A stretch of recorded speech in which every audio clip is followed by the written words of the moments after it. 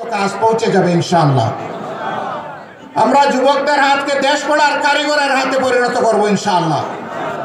সেই দিনের অপেক্ষায় আমরা আছি। প্রিয় দেশবাসী,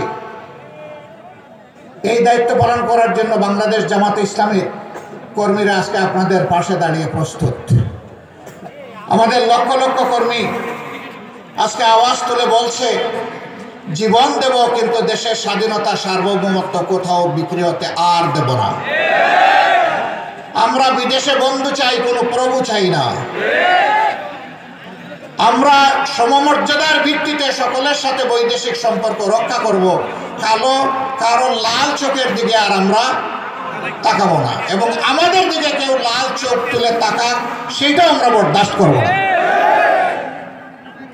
আমরা পিণ্ডির হাত থেকে মুক্ত হয়েছি অন্য কোনো জায়গায় বন্দী হওয়ার জন্য নয়, বরঞ্চ সত্যিকারের একটা স্বাধীন দেশের নাগরিক হওয়ার জন্য।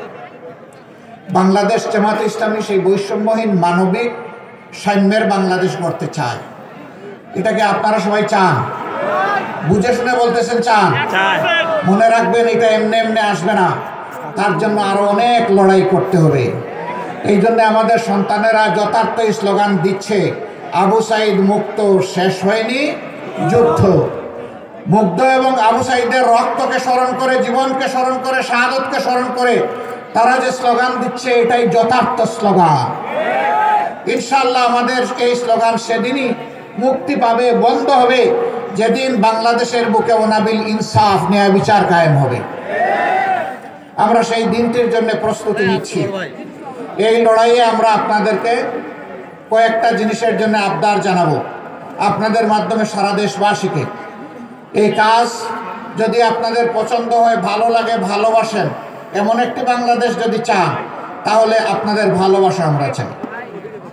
আমরা আপনাদের দোয়া চাই, আপনাদের পরামর্শ চাই, আপনাদের কাছ থেকে ইতিবাচক সমালোচনাও চাই, এবং এই কাজে আমরা আপনাদেরকে পাশে চাই, এই কাজে আপনাদেরকে আমরা সাথে চাই।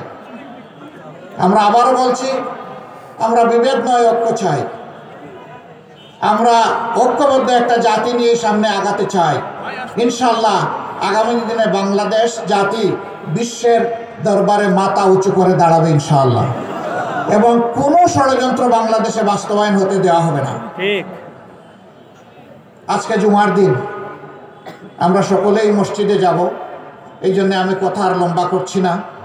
আপনারা কষ্ট করে আমাদের কথা শোনার জন্য সকলে এখানে সমবেত হয়েছেন, এর কোনো জাযা আমাদের হাতে নেই। মহান রবের দরবারে দোয়া করি, আল্লাহ আপনাদেরকে অফুরন্ত জাযা দান করুন। আল্লাহ তাআলা এই নাটোরবাসীর উপর রহম করুন।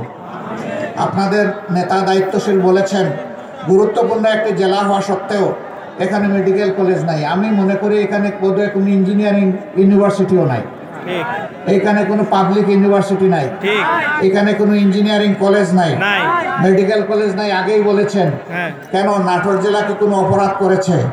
বহু জেলায় একাধিক প্রতিষ্ঠান থাকলে নাটোর জেলায় এর একটাও পাওয়ার কোনো অধিকার রাখে না।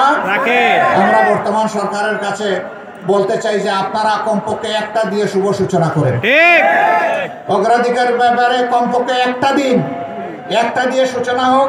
পর্যায়ক্রমে সকল জায়গায় যেন সুষম উন্নয়ন হয়, এবং উন্নয়নের সুফল যেন সকল এলাকা সমানভাবে পায়। নাটোর যেন আর বঞ্চিত না থাকে।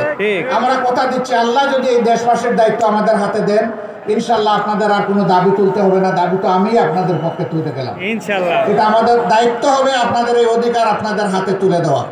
আর যদি অন্য কারো হাতে দেশের দায়িত্ব